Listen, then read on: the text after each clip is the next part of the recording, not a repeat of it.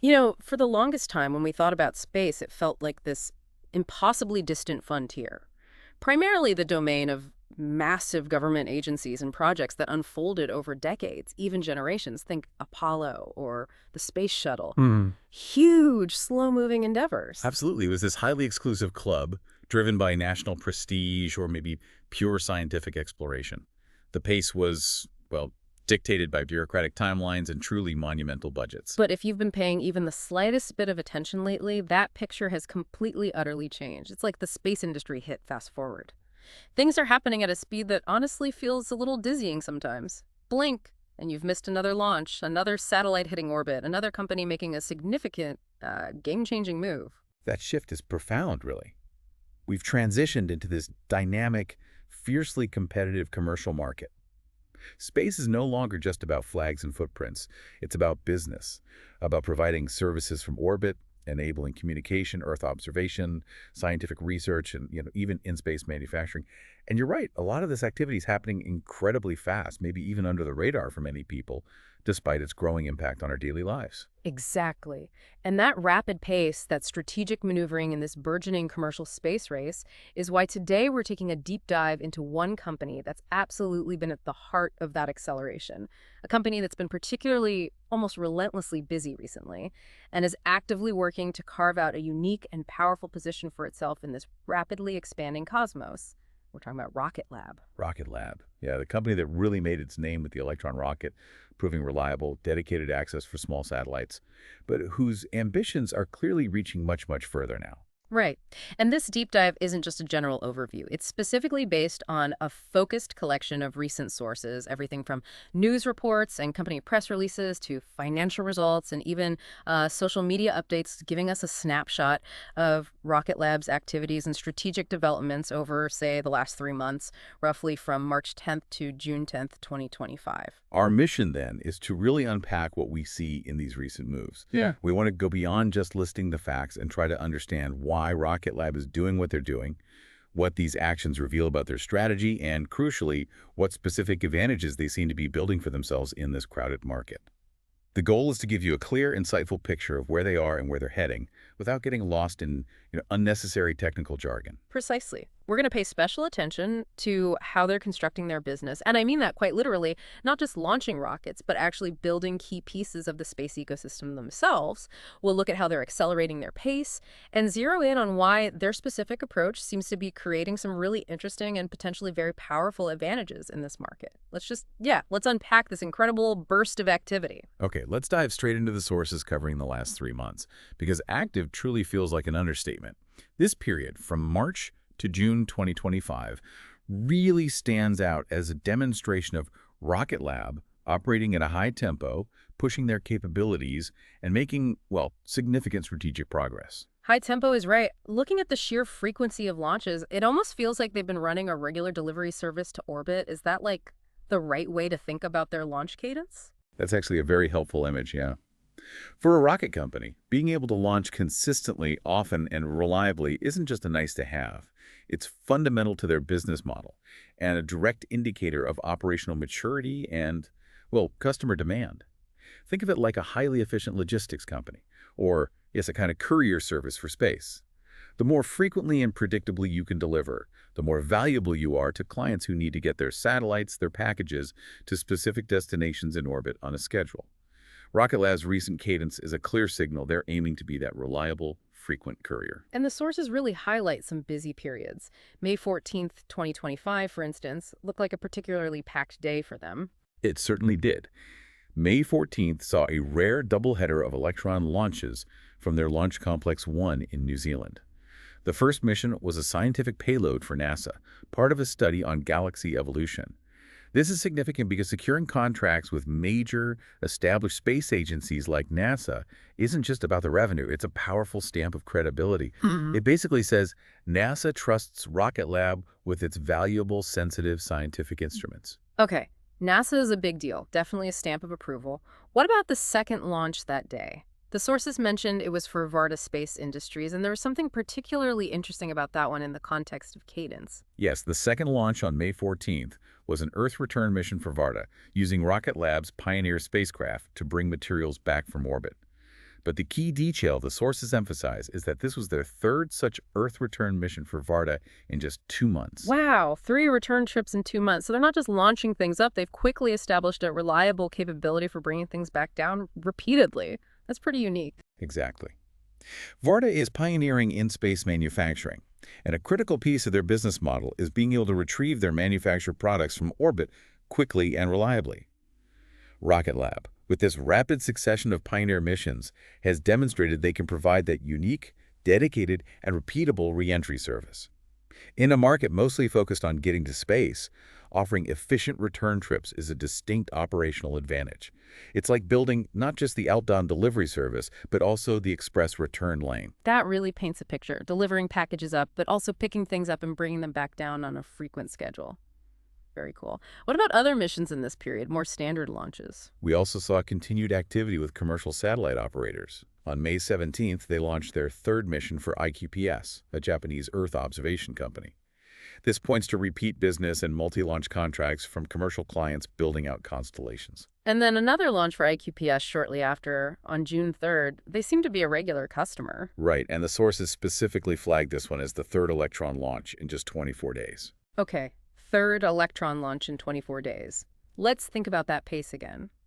If the courier service analogy works, this isn't just a daily bus route. This is feeling more like, I don't know, a dedicated rapid shuttle service, maybe. Or a highly optimized on-demand delivery fleet where they can schedule launches relatively quickly for customers who need to get something into orbit sooner rather than later. That rapid shuttle image captures it well, I think. It suggests not just operational efficiency, but also potentially shorter lead times compared to many other launch providers.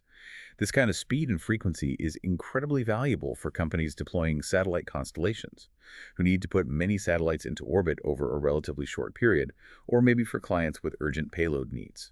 It's a tangible operational advantage that stems directly from their demonstrated cadence. And they're clearly supporting those constellation builders, as the sources mentioned, a planned mission for Black Sky, another Earth observation constellation operator, on May 22nd. Correct. So when we look at this burst of recent launches, multiple missions, repeat business from key customers like Varda and IQPS, supporting the growth of constellations like Black Sky, it signifies a company operating efficiently, reliably, and at a high tempo. It's proof of demand for their services and their capability to meet that demand consistently. This translates directly into an advantage for customers. They know Rocket Lab can provide a frequent, reliable ride when they need it. So, intense launch cadence is one major takeaway from the last 3 months. But the sources also mentioned significant technical progress, not just in launching rockets, but actually improving them. Yes, absolutely. Beyond the operational tempo, they've been making key technical advancements. A standout point from the sources, though announced a bit earlier, back in November 2024, is the major payload upgrade to their workhorse rocket, Electron. Oh, right. That was the one where Electron can now carry almost double the payload capacity. That feels like more than just an improvement. That feels like a pretty fundamental change to what the rocket can do. It is a substantial upgrade. Payload capacity is one of the most critical metrics for any launch vehicle. It dictates the size and weight of the satellites you can launch and the orbits you can reach. Suddenly enabling Electron to lift nearly twice as much payload significantly broadens the types of missions it can support and, well, expands their potential customer base. It makes Electron competitive for satellites that previously might have been too large or heavy for it. And the sources included a really crucial detail about this upgrade that makes it particularly interesting, especially from a customer perspective. They did. They specifically noted that this significant payload increase was achieved while maintaining a similar price point for the launch. Okay, let's pause on that for a second, because that sounds like a massive deal for customers. You're telling me they can put essentially twice as much stuff on the rocket, but it costs the customer roughly the same amount for the launch service. That's exactly what the sources imply. Think about what that means economically for a satellite operator. It's like suddenly being told that your regular courier service can carry a package twice the size for the same price you were paying before. You're getting double the lifting power, double the capability, for essentially the same transportation cost per mission. That dramatically changes the math for customers. It reduces the cost per kilogram to orbit significantly without them having to switch to a completely different, possibly less flexible launch option. That is a direct, powerful economic advantage that Rocket Lab has engineered for their Electron service. It makes them much more competitive against both other small launchers, and potentially even against rideshare options from larger rockets, depending on the customer's specific needs, of course. That's brilliant. It's like, I don't know, upgrading your standard delivery truck to a bigger model overnight, but the price list doesn't change. That's a huge value proposition. Okay, so improving the existing workhorse for better value. What about their next generation rocket, Neutron? Any key progress there highlighted in the sources recently? Yes, there was a significant technical milestone mentioned for Neutron. An ex-post from April 2nd, 2025, noted that Stage 2 of Neutron is now qualified and flight-ready. Stage 2 qualified. Okay, for those of us who aren't rocket engineers, what does Stage 2 qualified and flight ready actually mean in practical terms for Neutron's development? Is that a big step? It's a very big step. Rockets are typically made of multiple stages that fire sequentially. Stage 2 is usually the upper stage that takes over after the initial boost phase and is responsible for pushing the payload the rest of the way into its final orbit. Qualifying a stage means it's gone through extensive testing, structural tests, propulsion tests, avionics, the whole works to prove it can withstand the extreme forces of launch and operate correctly in the harsh environment of space. Having the second stage qualified and deemed flight-ready is a major de-risking event and a critical technical hurdle cleared on the path towards the rocket's maiden flight. It shows that the complex engineering is coming together and key components are performing as designed. Okay, so they're simultaneously enhancing their current rocket's value proposition and hitting major technical milestones on their next bigger rocket.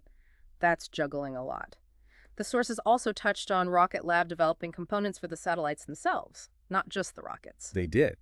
And this is a subtle but important detail that points towards their broader strategy. The sources mentioned the development of customizable solar panels around April 8th, 2025, and improved radio systems announced around April 3rd, 2025. These aren't parts of the rocket, they are parts for the satellites or payloads that the rocket carries. Customizable solar panels and better radios. Why is it noteworthy that Rocket Lab is developing these kinds of satellite components? Aren't there already companies that specialize in that? There are, but it signals their intent to be more than just a space taxi service, or even just a rocket manufacturer. They are actively building capabilities in satellite manufacturing as well. This is a piece of a much larger strategic puzzle that we'll definitely delve into later, but even just these specific examples show they're involved in building the passengers as well as the vehicle. They're adding more capabilities to their toolkit, broadening their scope. Okay, so recent busy launch schedule demonstrating cadence and reliability, a significant upgrade to Electron, offering customers double the payload for basically the same price, hitting a key milestone on the Neutron rocket, and even developing satellite parts. All this activity must be translating into real business wins, right? Show me the money, so to speak. It certainly seems to be. The sources paint a picture of strong business momentum. In Q3 2024, for example, they secured $55 million in Electron launch contracts. That's a solid quarter of business just for their small launch vehicle. $55 million just for Electron contracts in one quarter. That definitely shows continued demand. And alongside that, there's another intriguing data point from the sources from that same Q3 2024 period. They saw a 67% increase in the average price per Electron launch. Hold on. A 67% increase in average price per launch? That's not just doing more launches, that's getting significantly more revenue per launch. Wow. What could explain that kind of jump? It suggests a few possibilities, right? It could indicate increasing demand in the market is allowing them to command higher prices, simple supply and demand, or perhaps they are securing more complex missions with tighter deadlines, or maybe missions requiring very specific, dedicated orbits that inherently carry a higher price tag than, say, a standard milk run launch. Either way, it reflects a strengthening market position and customers willing to pay a premium for Rocket Lab's service, whether that's for its reliability, its flexibility, or now its enhanced payload capacity. It points to revenue quality improving, not just volume. That's definitely a positive sign for their bottom line, better quality revenue. The sources also mentioned some significant contracts related to their future rocket, Neutron, particularly in the defense sector. Yes, government and defense contracts are often foundational for many major space companies. They provide stable, large-scale revenue and frequently fund advanced development work. On May 8, 2025, they announced a partnership with the U.S. Air Force for Neutron's very first mission. This will be a rocket cargo mission. Rocket cargo. That sounds like the military wants to use Neutron to transport supplies or equipment rapidly to space or potentially even between points on Earth, like super fast global delivery. Precisely. It's exploring the capability of using large rockets for rapid point-to-point logistics, which is a key area of interest for the military. Securing Neutron's inaugural flight with a high-profile client like the U.S. Air Force is a massive validation of the rocket and provides a clear, funded goal for its first launch, targeting that mid-2025 timeframe we'll discuss further. And interestingly, on the same day, May 8th, they also announced a federal defense contract specifically to develop their Archimedes engine. The Archimedes engine, isn't that the engine that's supposed to power Neutron? The main engine. Exactly. And this is another subtle piece connecting back to their broader strategy we were just touching on. This contract means the U.S. government is investing directly in the development of Rocket Lab's own in-house engine for Neutron. It underscores the importance of developing key technologies domestically, especially for defense applications, and further solidifies Rocket Lab's position as a key player in the defense industrial base. It also reinforces their strategy of building critical components themselves, rather than relying entirely on outside suppliers for something as crucial as the main engine. Okay, so key government backing for their future rocket's engine in its very first mission. That's huge. What about big commercial wins for Neutron? Are they lining those up too? The sources also note a significant multi-launch agreement signed with a confidential satellite constellation operator specifically for Neutron. A satellite constellation operator. Those are the companies launching hundreds or even thousands of satellites for global internet, communication, or Earth observation networks, right? They must need a lot of launches. They are the ultimate bulk buyers of launch services right now, absolutely. Companies building large constellations require dozens, sometimes even scores of launches over several years to deploy and then replenish their networks. Securing a multi-launch agreement with a major, albeit unnamed, constellation operator for Neutron provides a foundational block of future business for the rocket. It positions Neutron as a potential go-to launch vehicle for these large-scale deployments, which is a major, rapidly growing segment of the market. So Rocket Lab is lining up key government clients and major commercial constellation operators for Neutron's future manifest, even before its first flight. This, plus the Electron contracts and that increased average price, points to strong financial health, which the sources touched on too. They did. The financial snippets mentioned in the sources definitely support the picture of a growing company. Rocket Lab reported 55% year-over-year growth back in Q3 2024 and forecast record revenue for Q4 2024. In a statement from November 2024. They also transparently announced the date for their Q1 2025 results, which were released in May 2025. That 55% growth figure, that's a powerful indicator of their rapid business expansion. It shows that all this activity, launches, the upgrades, the contracts, is translating into significant top-line growth. So summing up this recent period, intense launch cadence demonstrating reliability and speed, a major Electron upgrade effectively doubling payload value for customers, significant technical progress on the Neutron rocket, securing critical large contracts from both government and major commercial players, and strong financial performance indicating rapid growth. It's a remarkable period of momentum. It is a period that very clearly shows a company executing on multiple fronts, not just launching rockets, but strategically positioning itself for the future. And speaking of the future, that brings us nicely to what Rocket Lab has on the horizon. Right. Looking ahead, the most anticipated milestone is definitely the debut of Neutron. That feels like the next big chapter. Absolutely. Neutron represents Rocket Lab's step up into the medium lift category, significantly increasing the size and weight of payloads they can launch compared to Electron. And critically, unlike Electron, Neutron is designed from the ground up to be a reusable rocket. Reusability is the big buzzword, the holy grail almost, driving down costs in the launch industry right now. It is a key technology for increasing launch frequency and potentially lowering the cost per kilogram to orbit over time by avoiding the need to build a brand new rocket for every single mission. As we mentioned, the sources confirm that a critical piece, Stage 2, is qualified. This keeps them on track, at least publicly, for the major target milestone they've set for Neutron. And that target is still mid-2025 for the first launch, sometime next year. That remains the stated target, yes. And that inaugural mission, as we discussed, is already booked with the U.S. Air Force for the rocket cargo flight. Having that first customer lined up even before the rocket flies is a significant positive sign and provides a clear goal, a funded goal, to rally towards. Mid-2025 is coming up surprisingly fast. Building a brand new, reusable, larger rocket must be incredibly complex, and timelines in space are, well, they're often aspirational, let's say. Things slip. That's a very fair point and a realistic one. The sources do include a note about potential delays, acknowledging the inherent complexity and challenges involved in developing a new launch system from the ground up. While mid-2025 is the target, the reality of rocket development means flexibility is often required. It's definitely not like flipping a switch. There are countless things that can cause delays. Understood. Developing a rocket of this scale is a monumental engineering feat, no doubt.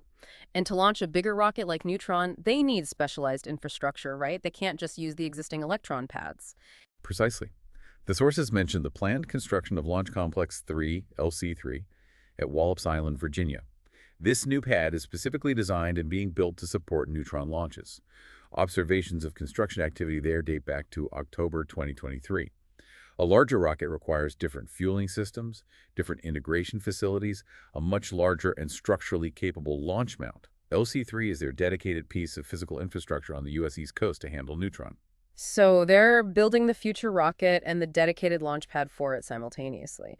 What about supporting capabilities? You mentioned earlier they are building more than just rockets now, like satellite parts. Where is that kind of work happening? Yes, that's another piece of their expanding physical footprint. A new facility in Maryland was noted in the sources, inaugurated back in November 2023. This facility is focused on manufacturing satellite components. This includes elements like satellite buses, essentially the main body or chassis of a satellite composite structures for both rockets and satellites, and components like those customizable solar panels and improved radio systems we touched on earlier. Okay, so manufacturing satellite components in Maryland, building a dedicated Neutron launch pad in Virginia, developing the reusable Neutron rocket, aiming for a mid-2025 first flight. It really paints a picture of a company investing heavily in the physical assets and manufacturing capabilities needed for their future strategy. It's a big build-out. It absolutely does. They're laying the physical groundwork to support their growth ambitions. And speaking of operations, even with their existing Electron rocket, they are continuously looking to refine and improve. The sources mention exploring different recovery methods, for example. Yes. I remember seeing something about them exploring ocean recovery for rockets back in an X post from March 2023. That's different from their earlier attempts with Electron, where they famously tried to catch the booster midair with a helicopter, which was pretty wild to watch. It is different, yes. The helicopter catch was certainly a unique and visually striking approach to reusability for a small rocket. It absolutely demonstrated their innovative spirit. However, exploring ocean recovery suggests they're looking into alternative methods that might be more scalable or potentially more efficient for future reuse efforts, particularly as they look toward larger vehicles like Neutron, where a helicopter catch might be impractical, to say the least. It shows they are iteratively learning and refining their operational approach to reusability, not just sticking with one idea. Makes sense. And even on the proven Electron, they're not settling. The sources noted they are pushing to increase launch cadence even further, not content with the current pace. Yes, they seem relentless in that pursuit. They achieved 12 Electron launches in 2024, which surpassed their previous annual record of 10 launches set in 2023. Increasing launch frequency isn't a simple linear process.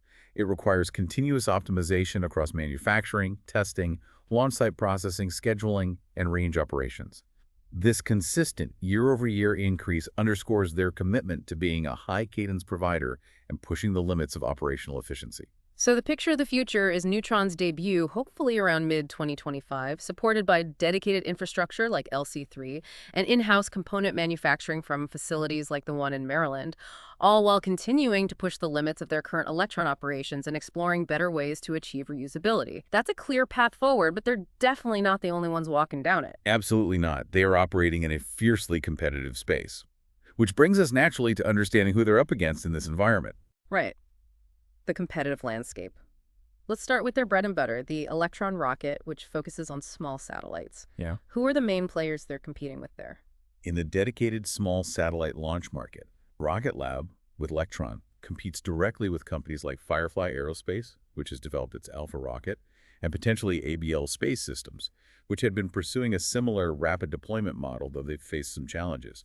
There were others like Virgin Orbit, but as you know, their recent operational status has been, well, uncertain. So other companies specifically targeting that smaller payload segment. But the elephant in the room, even in the small sat market, is SpaceX, right? Even though their rockets are much larger, how do they compete with Electron? That's a crucial point and sometimes misunderstood.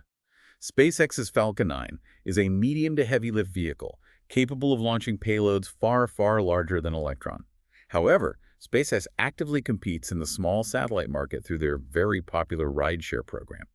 This is where they fill up a Falcon 9 launch with multiple small satellites from different customers, taking advantage of the rocket's large capacity to bring the per-satellite cost down. Ah, okay. Let's use a delivery analogy again. If Electron is the dedicated small van that takes your single package directly where and when you need it, maybe with some premium service, then SpaceX's Falcon 9 rideshare is like a massive freight truck that carries dozens, maybe even hundreds of small packages from different senders, all going to the same general orbital neighborhood, perhaps on a less frequent schedule. That's a pretty good way to visualize it. SpaceX's rideshare is often incredibly cost-competitive on a per-kilogram basis because the substantial costs of the large rocket launch are shared across many payloads. For customers whose primary driver is cost and who are flexible on their exact launch date and precise orbital insertion point, rideshare can be very attractive.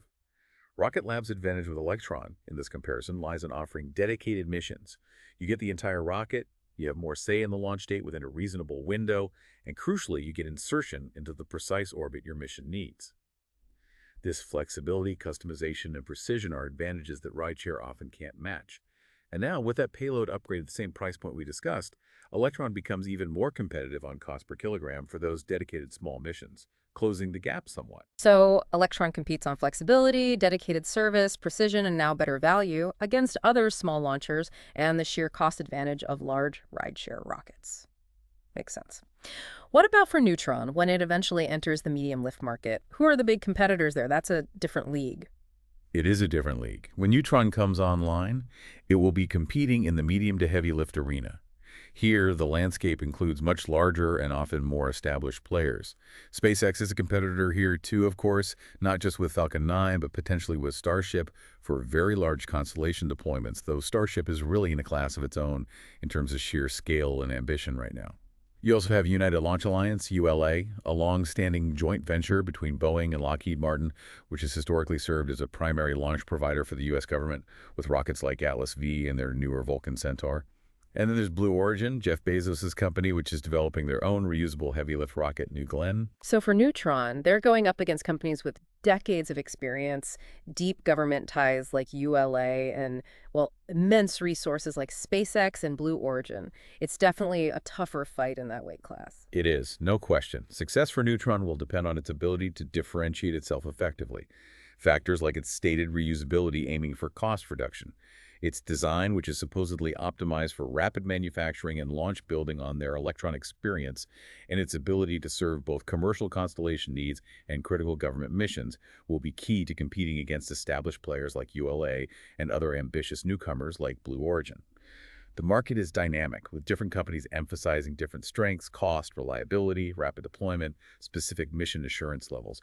Neutron needs to carve out its niche. And amidst this intense competitive pressure, the sources highlight a very recent and pretty significant strategic move Rocket Lab made.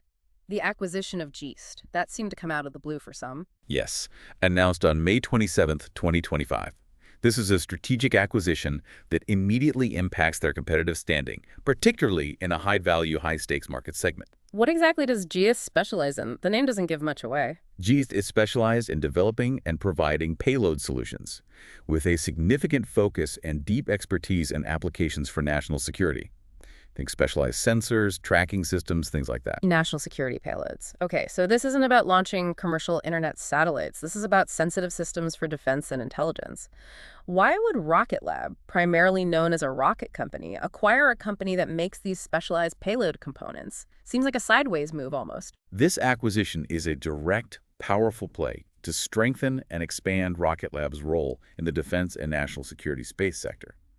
By acquiring GEOST, Rocket Lab immediately gains deep expertise, established customer relationships, and sensitive capabilities related to building critical components for defense satellites. It's not just about being a launch provider for defense missions, which they already were. Now they can also provide key parts of the actual satellite itself. Ah, so it's about offering more the total package to defense clients, moving up the value chain within that specific high-stakes market, making themselves more indispensable. Exactly. The defense sector often prefers working with trusted domestic partners who can provide integrated solutions with high assurance and security. Acquiring GEOST positions Rocket Lab to offer a more comprehensive solution, making them more attractive for complex defense programs where integration and security are paramount. It expands their addressable market within the defense sector significantly beyond just the launch service revenue. And the sources provide pretty compelling and frankly very rapid evidence for the value of this acquisition, almost suspiciously fast. They do. It was striking. The sources note that just 3 days after the acquisition was announced, on May 30th, 2025, GEOST was awarded a $460 million contract for the Golden Dome missile defense system. Wait, let me get this straight. They buy GEOST on May 27th, and on May 30th, GEOST lands a nearly $500 million defense contract. That is incredibly fast validation of the strategic thinking behind that acquisition. It almost looks coordinated. It certainly is remarkable timing. That specific contract, secured almost immediately after the acquisition closed, is a clear demonstration of the significant business and strategic value GEOST brings to Rocket Lab, particularly in the national security market. It shows that GEOST had valuable, active programs and relationships that align perfectly with Rocket Lab's strategic direction toward that sector. It wasn't just an acquisition of capability, it was an acquisition that came with significant, confirmed business almost right out of the gate. Okay, so the GEOST acquisition isn't just a random purchase. It's a highly strategic move directly targeting a high-value, fast-growing market segment and immediately paying dividends. This acquisition, the development of satellite parts in Maryland, the Archimedes engine development, building Neutron, it all seems to fit into a larger strategic framework for Rocket Lab. There's a pattern here. It absolutely does. All these pieces connect very clearly to Rocket Lab's core strategic approach, which is centered around what's known in business jargon as vertical integration. Right, vertical integration. Let's define this clearly in the context of Rocket Lab based on what we've seen in the sources. What does it mean for them to be vertically integrated? Based on the sources, Rocket Lab's vertical integration means they are deliberately taking control over more steps of the process required to get a satellite designed, built, into orbit, and potentially operating. This isn't just buying parts off the shelf and assembling rockets. It involves manufacturing key components themselves for both rockets and satellites, designing and building satellites or satellite buses, integrating payloads, and of course, providing the launch services on their own vehicles. They are trying to consolidate more of the entire space mission pipeline under one roof. So instead of being just a rocket company that launches satellites built by others, or just a satellite company that needs to find a ride on someone else's rocket, Rocket Lab is working towards doing as much of it as possible themselves. They're building the engines, the rocket structures, the satellite bodies, the solar panels, the radios, integrating the payloads via GEOST, and providing the launch. Wow. Exactly. They are consciously reducing their reliance on external suppliers for critical components and capabilities, and they are expanding their offering to customers well beyond just the launch itself. And this strategy, as highlighted by the sources and their recent activities, offers several potentially significant advantages in this market. Okay, let's really focus on these advantages now, because this seems like the absolute key to understanding Rocket Lab's unique positioning and their whole game plan. What's the primary benefit of this vertical integration for them and their customers? The first major advantage, which is particularly compelling for certain customers, especially complex ones, is the ability to offer key-in-hand, or perhaps more simply, one-stop shop solutions. One-stop shop for space. What does that look like in practice for a customer? How does it help them? Well, imagine you're a customer, maybe a government agency, or even a commercial entity needing a secure, custom satellite system. Instead of managing multiple contracts, one company for the satellite bus, another for the sensor payload, maybe a third for integration services, and a fourth for the launch vehicle provider, you could potentially go to Rocket Lab for almost everything. Rocket Lab can effectively say, we will design the satellite platform that meets your requirements, build the key components, integrate your specialized payload, and launch it on our own rocket to the precise orbit you need, all under one contract, one point of contact. So it dramatically simplifies the procurement process for the customer. Fewer contracts to manage, fewer interfaces between different companies to worry about, potentially less administrative overhead, and maybe even less finger pointing if something goes wrong. Precisely. It's like hiring a single general contractor to build your house from the ground up, designing it and managing all the subcontractors, rather than you hiring an architect, a foundation company, a framing company, a plumber, an electrician, and so on, all separately and just hoping they coordinate perfectly and stay on schedule. For customers with complex needs or tight schedules, that simplification is a major value proposition. It gives them a single point of contact and, importantly, a single point of accountability. And the sources provided a very large, very tangible example of a contract that seems to leverage this integrated capability, didn't they? They did. The $515 million contract with the U.S. Space Force for the Tranche 2 Transport Layer Beta program. This massive contract involves providing satellite buses for a critical military communication network constellation. The sheer size and the nature of this deal strongly suggests that the U.S. Space Force saw significant value in Rocket Lab's ability to provide an integrated solution, likely combining their satellite manufacturing capabilities, including component production from places like Maryland, with the potential for launching these satellites efficiently, perhaps on their own rockets eventually. It illustrates how valuable that one-stop shop capability can be for major government programs. Okay, so simplification and efficiency for the customer, especially in the demanding defense sector, is a big advantage. What's another benefit of controlling more of the process in-house? What else does FIST give them? Advantage number 2, increased control over their own supply chain, leading to potentially greater reliability and flexibility. Supply chain issues have been a persistent headache across so many industries recently, post-pandemic especially. How does vertical integration help Rocket Lab with that? By manufacturing critical components themselves, like their Rutherford engines for Electron, the upcoming Archimedes engines for Neutron, the satellite buses, composite structures, solar panels, radios from their Maryland facility, Rocket Lab reduces its dependence on external suppliers.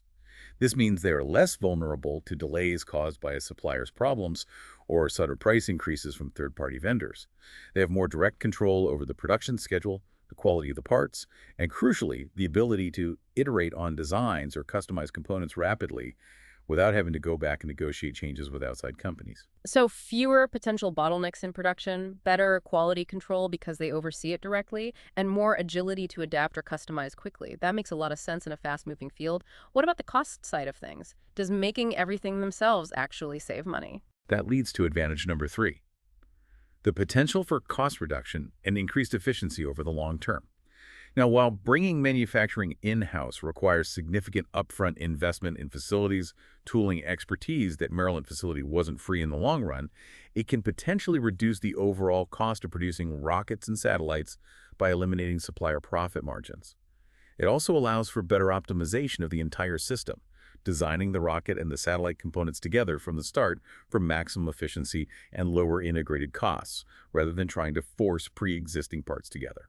So while it's expensive to build the factories initially, once they're up and running efficiently, it could lead to more cost-effective solutions for customers or perhaps better margins for Rocket Lab or maybe a bit of both. And you mentioned customization earlier as part of flexibility. Yes, advantage number 4, an enhanced ability to provide truly tailored solutions. Because they control the design and manufacturing of both the launch vehicle and the satellite platform or its key components, they can more easily customize the entire package for specific customer requirements. Think about a defense client needing a satellite with unique sensor requirements or a very specific, non-standard orbital insertion profile.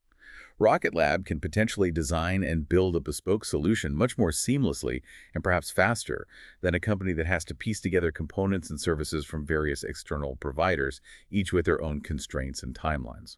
So vertical integration seems to give them this multifaceted edge, simplifying things for the customer, especially defense, boosting reliability and flexibility by controlling the supply chain, potentially reducing costs in the long run, and offering highly tailored, customized solutions.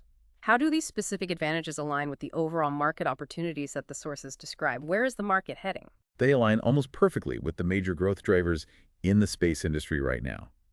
The sources highlighted some pretty strong market projections. The global space launch services market is expected to grow significantly, from around $4.3 billion in 2023 to nearly $11 billion by 2032.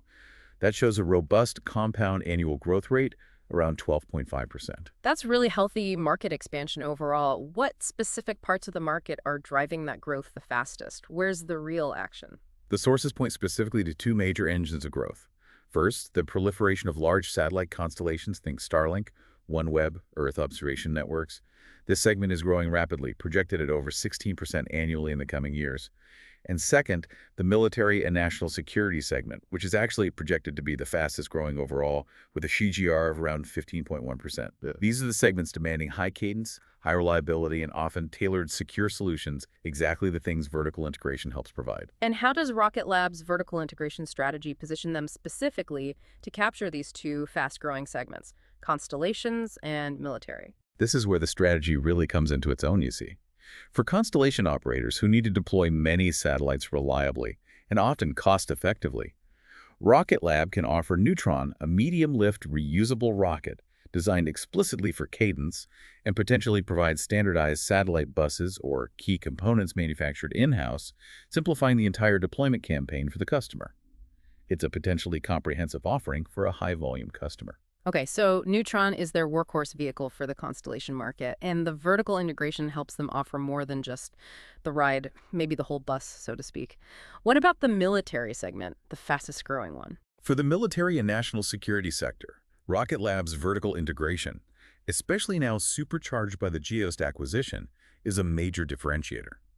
Defense clients need the highest levels of reliability, mission assurance, security, and often highly customized solutions. By controlling the entire process from designing and building sensitive payloads and satellite components, leveraging GEOST's specialized expertise and their own manufacturing capabilities, to launching on their own dedicated vehicles from secure U.S. launch sites, Rocket Lab can offer a level of security, control, and customization that companies relying solely on external suppliers, perhaps even foreign suppliers, might struggle to match. The $515 million Space Force contract for satellite buses and the $460 million GEOST Golden Dome contract are direct, tangible evidence of this strategy succeeding in capturing that high-value government business. It makes complete sense when you put it that way. For critical national security assets, having a trusted domestic partner that controls more of the manufacturing and launch process seems like a significant advantage from a security, reliability, and supply chain assurance standpoint. It absolutely is. And it's worth noting, as the sources do mention, that Rocket Lab isn't the only company pursuing this kind of strategy. Others, like Blue Origin and Terran Orbital, are also adopting variations of vertical integration, trying to bring more capabilities in-house. This signals that controlling more of the space value chain is widely seen as a necessary, or at least a potentially winning, strategy for companies aiming for significant market share and targeting these high-value complex segments like defense and large constellations. It's becoming a trend among the serious players. So it's not just an advantage Rocket Lab stumbled upon. It's a strategic direction that seems to be gaining traction across the industry for players with big ambitions. Rocket Lab isn't just building rockets. They're strategically building a comprehensive space company designed specifically to serve these key growth areas with integrated solutions. That summarizes the picture emerging from the sources very well. They are making significant investments and strategic moves, like the GEOST acquisition, to control more of the process, aiming to create enduring advantages in key growing market segments. Which brings us to our final section. Let's tie all of this together now. We've covered their recent pace, their tech, their future plans, the competition, and this core strategy of vertical integration. Why does Rocket Lab's intense recent activity, their strategic acquisitions, their V strategy, and their pursuit of cadence and reusability actually matter to you, the listener? Why should someone care about this company? That's the key question, isn't it? Rocket Lab's story isn't just about one company in a niche industry anymore. It's a compelling case study of how a company is rapidly scaling, innovating, and strategically positioning itself in a hyper-competitive, high-tech global market. Following their journey gives you a really clear window into how the commercial space sector is fundamentally evolving and at what incredible speed. It shows that space isn't just about government agencies funding massive, slow projects anymore. It's about agile companies finding ways to provide commercial services from orbit, enabling faster internet globally, better climate monitoring, more sophisticated defense capabilities. Rocket Lab is one of the key players actually building the infrastructure for this new space economy, making it happen. Exactly. And their strategy, particularly the vertical integration approach, is a fascinating business lesson that applies far beyond the space industry itself. Thinking about why Rocket Lab is trying to control more of its supply chain, why it's valuable to offer a one-stop shop to certain types of customers, and how they can create competitive advantages. These are principles that are relevant to almost any business operating in a complex global market today. It shows how strategic control over key parts of your value chain can potentially reduce risk and unlock new opportunities. So you can look at Rocket Lab and draw parallels to how companies in, say, electric vehicles or software or even manufacturing are trying to gain efficiency, control quality, and offer more integrated solutions to their customers. It's a broader business trend playing out in space. Precisely. And finally, Rocket Lab's relentless pace, the sheer launch cadence, the rapid progress reported on Neutron, the swift integration of an acquisition like GEOST and those immediate contract wins really underscores the accelerating speed of technological advancement and commercialization in space. It gives you a tangible sense of just how quickly capabilities are being developed and deployed in orbit, and how that is actively shaping our world, often in ways we don't even realize yet. So, Rocket Lab serves as this powerful lens through which you can understand the speed, the strategic thinking, and the commercial evolution driving the modern space industry. Mhm. They're not just sending rockets up, they're strategically assembling a business designed for specific growing parts of the market, using the power of vertical integration and operational pace as their core weapons. That pretty much nails it, I think. The intense recent activity, the promise of Neutron's capability and eventual reusability, the highly strategic move with the GEOST acquisition, and the overarching vertical integration strategy are all pieces of a cohesive plan targeting growth in constellations and the high-value defense sector. It's definitely a lot to absorb, but it paints a clear picture of a company with a very focused plan and seemingly the ability to execute it rapidly. It certainly does seem that way based on the recent evidence. So, as we wrap up this deep dive, thinking about Rocket Lab's incredible pace of execution, the strategic depth behind their vertical integration, and how they're positioning themselves to capture both the burgeoning commercial constellation market with Neutron and the critical defense market with capabilities enhanced by GEOST. It really leads to a big, maybe provocative question for the future. Considering how determined they seem to be to own more of the process, how might Rocket Lab's approach fundamentally reshape the competitive landscape? Not just for companies that launch things, but for those that build and operate the entire space systems of the future. Does this integrated model mean the space market is inevitably heading towards consolidation around a few big players like them? Or will there always be significant room for specialists who only focus on one piece of the puzzle? The companies building just the best radios, or just the most advanced sensors, or just super efficient launch vehicles. That really is the million-dollar or maybe billion-dollar question for the industry moving forward, isn't it? Rocket Lab is making a strong, clear bet that for key market segments, particularly defense and large constellations, the integrated offering is the winning strategy. Whether that completely changes the dynamics for pure-play specialists, squeezing them out or forcing them into niche roles, well, that remains to be seen.